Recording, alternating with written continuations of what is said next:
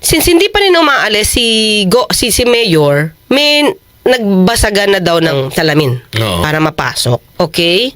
So, hanggang sa nilagay yata daw itong si Mayor sa wheelchair. Pero nakatali. Okay.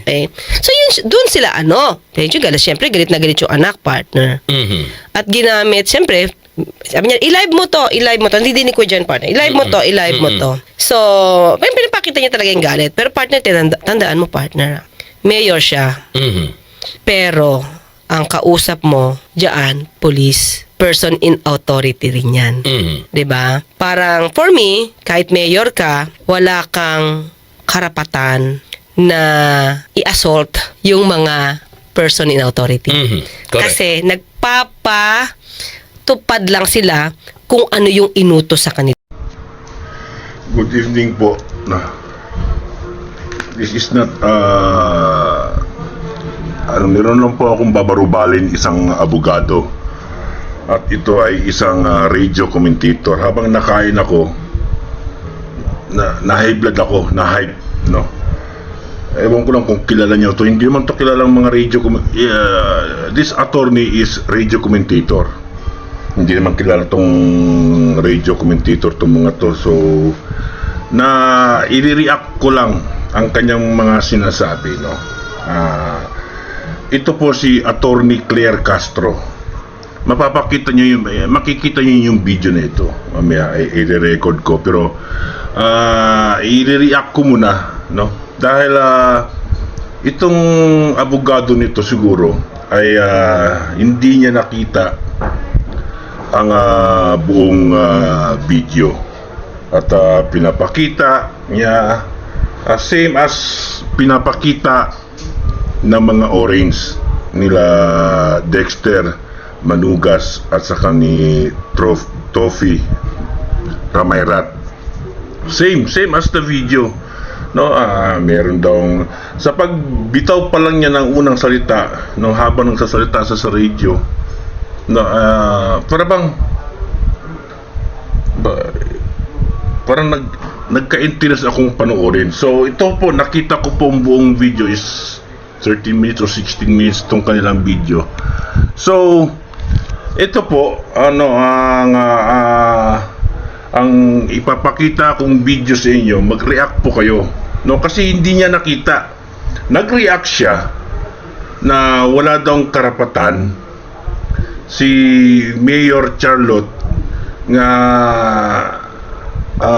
mag-react sa mga law enforcement kasi wala daw siyang karapatan kasi may authority ang mga pulis sa ginagawa ng mga pulis kasi yan ang utos ng kataas-taasan. Sabi ko nga sa iyo, attorney, may pagkakamali po kayo, no? Ang tanong ko po sa inyo, manufacturer ba kayo ni Governor Henry Animal? Yan po ang gusto kong malaman po sa inyo. Kasi kung magbibitaw po kayo ng salita ng ganyan, ay hindi po karapat-dapat. Wala din po kayong karapatan magsalita ng ganyan. Kasi kung nangyari to sa inyo, sa inyong ama, ewan ko lang kung ano ang gagawin nyo, no? Ama, yan, anak yan si Mayor Charlotte. Bakit yung pagsasabihan walang karapatan nga anuhin ang mga pulis, punahin, di ba? Alam nyo ba ang buong video? Kaya nag-live sila. So ito po, ipapakita ko na po yung video, no? At ay talagang nakaka-high blood po ang ginagawa nitong ni Attorney Claire Castro dahil hindi naman po kilalang mga radio commentator, no? At saka basta panoorin niyo po ang video kung ano po ang reaction ninyo. Kasi may nagkakantahan po dito kaya ako i-stop ko po muna ito at panoorin niyo po yung video, ha. Oh. Yan yung parang Nasuspend kasi. Nasuspend si tinik Mayor. over, partner. Tinik over yung municipal Kasi provincial Mayor, hall. Mayor siya ng Bonifacio.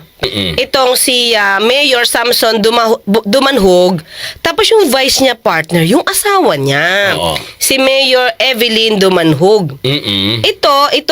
Itong nagagalit partner, ito yung anak nila si Mayor Patal partner. So Okay. kaya nga, sabi ko nga, lahat ng pamilya yata nila, opisyales partner. So ang kwento dito is, una na-suspend si Mayor, sila yung mag-asawa. Pero Mayor Dumanghog. Oo. Tapos, Okay.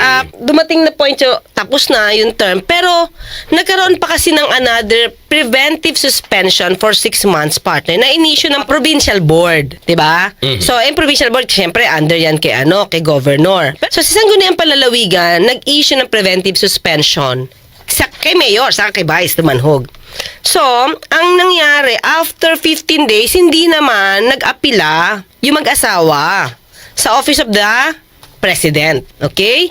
So, ano nangyari doon sa suspension na ibinigay ng provincial board or Sangguniang Panlalawigan? Naging final and executory siya. Yan ay base sa records partner ha. So, pag final and executory, edi dapat ipa-implement mo na. 'Di ba? Problem is, ayaw lumabas ni Mayor. Ayaw lumabas o Sa- ayaw umalis. Ayaw niyan, nandun na siya eh.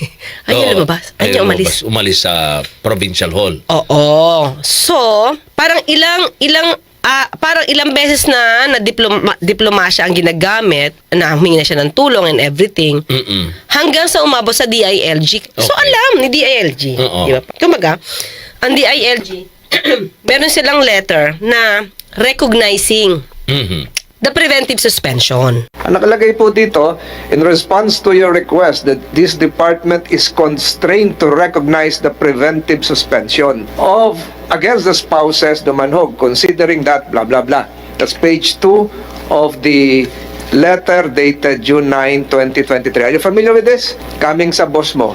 I have a copy here. So, hindi ka familiar dito? Ikaw ang representative ni Atty. Llamas. Yes, Your Honor. So, you're not familiar with this document? No, I am familiar, sir. Oh, so, sinabi mo kanina walang naging action yung DILG. Nakalagay dito, the department is constrained to recognize the preventive suspension.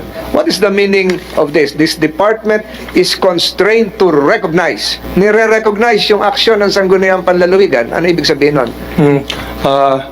Your Honor, pursuant to the memorandum... Isahin natin, meron ba talagang naging letter na ganito? Yes, Your Honor. Yes, there is a letter indeed. So nakalagay, recognize. So ni-recognize, at teka muna, under ba na, ang kapulisan ba under ng anong kagawaran? Under ng DILG. DILG rin, ano? Opo. DILG rin. So, Attached agency. ni-recognize ng DILG Secretary, yung boss mo, si Yusek Llamas, yung suspension ng Sangguniang Panlalawigan. So, ibig sabihin po ba niyan, yung recognition ay hindi parte ng inyong quasi-judicial function?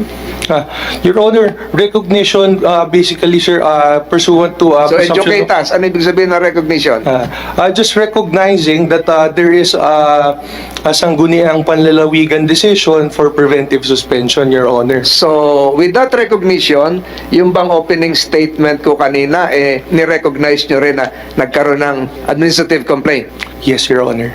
nagkaroon ng hearing, Yes, Your Honor. nagkaroon ng presentation of evidence, Yes, Your Honor. so nagkaroon ng desisyon. Yes, Your Honor. So, pwede mo ba sabihin na ni-recognize nyo yung naging proseso ng sanggunian? We do not decide on whether or not Interpretation mo na yan, pero nakalagay dito recognition eh. So, Mr. Chairman, this document would show, and this would be part of the records of these proceedings, that the DILG indeed recognized. And the Philippine National Police, being an attached agency, Attorney Alday, of the DILG, would likewise, considering that you're the mother organization, should likewise recognize the suspension order. Di ba? So mali na yung sinabi mo kanina na wala kayong alam dito sa naging proceedings. Binabacktrack natin kasi yung unang pasok ko dito, I'm coming from, was due process observed? Was due process observed? Attorney Alday. Your Honor, we do not decide on whether or not there is due process observed. And you recognize nyo eh. We simply recognize that there are decisions decisions and without any stay orders from any other agency like the Office of the President, Can be implemented, can be executed. it is executed, Your Honor. Okay. Thank you, Mr. Chairman. So in other words, lumalabas legal yung pagpapa-implement, pagpapa-enforce. Ang problema, partner, hindi gumalaw sa tawag ni Governor ang PNP.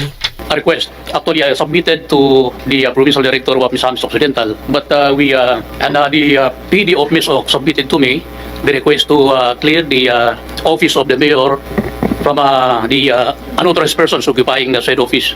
So we answered it, stating that it is not, it is outside the authority of Bruten to extract the mayor, sir. We explained to them that request for police assistance must be submitted by the DILG-10 and it must be endorsed to the Chief PNP for his approval. And upon his directive, within 3 days, we will implement if ever it will be approved, Your Honor. If you will assist, it needs DILG and Chief PNP approval. Is that what you're saying, sir? Yes, sir, it is approved. You will only assist if it is approved by the Chief PNP. You will not assist insofar as the request of the PD is concerned if not approved by the PNP Chief. Yes, sir, yes, sir. That's correct, sir. Can the provincial director do it on his own? No, sir, because he needs to course through to me. Then I will also submit the request for the approval of the Chief PNP, sir. Before he can do anything? Yes. Was a crime being committed, sir, at that point in time? The mayor was legally suspended, supposedly. The mayor supposedly was illegally occupying because there was an acting mayor already. In other words, there was a crime being committed technically. Is your position that the PD or the municipal chief of police still needs your permission and the permission of the Chief PNP before they can implement the law? How is that? Or is this your position because it's politically charged? Sir, May mga kaibigan yung mayor, may kaibigan yung governor, di ba? Baka maipit. That's not standard operating procedure, sir. that situation is outside the authority of Police Regional Office 10 to intervene, considering that it became a legal issue, and I believe the court has the power to act on it, sir. Sir, are you a lawyer, sir? No, sir. The courts can intervene if they issue a TRO or status quo ante-order, in which case, hindi pwedeng implement yung order ng provincial suspension na wala rin naman binibigay yung DILG. But if you are saying that the court should order it, there is a procedure in the local government code for the suspension of public officials. Again, I go back. Bakit kailangan umakyat hanggang sa Chief PNP to implement a simple order? And while I'm at it, my last point, Mr. Chairman, I won't belabor the point. What was the chief of police of the municipality doing all throughout this time? In theory, as will be discussed later perhaps, the mayor was suspended via legal order following the procedure and due process in the province by the Sangguniang Panlalawigan. An acting mayor was designated following the rule of succession in the local government code. The mayor occupied the municipal building, the office of the municipal mayor and office of the vice mayor for 16 days. All throughout this time, sir, what was your municipal chief of police doing? Aiding and abetting the mayor or aiding and abetting the supposed acting mayor? Where was he all throughout this time? The chief of police, Major Sumagang, actually, we instructed him to maintain peace in order because of the situation that it's a political standoff, and it is outside the authority of Bruten to intervene, sir, as I mentioned a while ago. Sir, how is it beyond your authority? How did it become political? Because it became a legal issue, sir, na marami kasi namang there were a lot of similar incidents, sir, wherein the PNP just tasked to maintain. That is our role based on the police operation. So, wag mangampi, i-maintain lang ang peace and order. Eh, sino mag-implement ng legitimate order? When will you finally act? If the Chief PNP orders you? As in this case, it took 16 days. Ang provincial director. Hindi agad gumalaw. Parang hindi talaga sila pinapansin ng PNP. Kaya, inactivate ni Governor yung incident command system.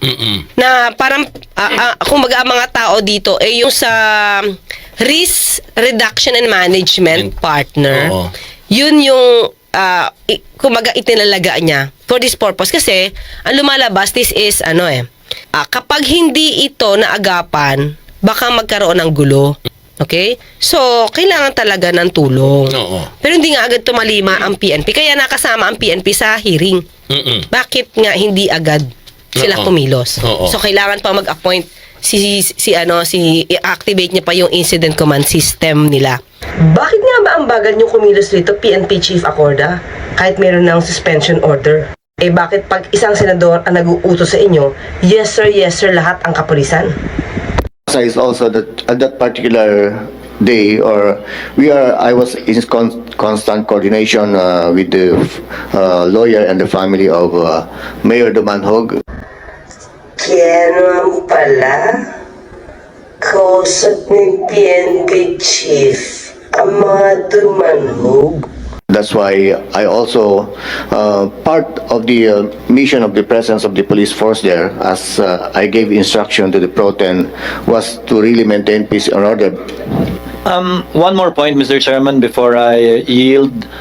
Sir, again, it's politically charged and you knew it. That's why you were sensitive about it. And I guess your regional director was sensitive about it too. The least the PNP could have done was hear both sides. If you've been hearing from the mayor, then hear from the acting mayor as well. Naku, may naamoy si Senator Cheese dito. Bakit nga ba isang panig lang ang kinakausap? May kinakampihan ba ang PNP Chief dito? Kaya hindi kumilos kaagad.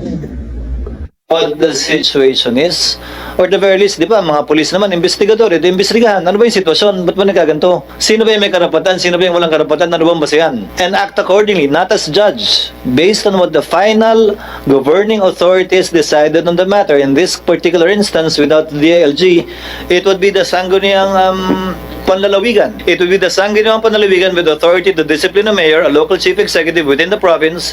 It would be the governor with the authority to preventively suspend a local chief executive as well, without need of any interference from the DILG unless the matter is appealed before them. Sorry, sir, I know these matters because I served as governor as well and had to obey and follow these procedures. So please, kindly look into it because there is no need really to make it more difficult than it is already on the ground, so that the PNP and the chief PNP will not be put in the middle of warring political factions or arguing political groups. And may nakita kasi ako dito parang patch PNP na to, partner. Ayun. So tumalima na sila dito. So, since hindi pa rin umaalis si Mayor, may nagbasagan na daw ng salamin para mapasok. Okay? So, hanggang sa nilagay yata daw itong si Mayor sa wheelchair. Pero nakatali. Okay. So yun, doon sila medyo syempre galit na galit yung anak, partner.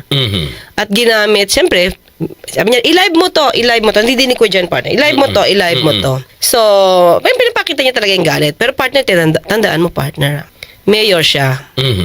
Pero, ang kausap mo, dyan, police, person in authority rin yan.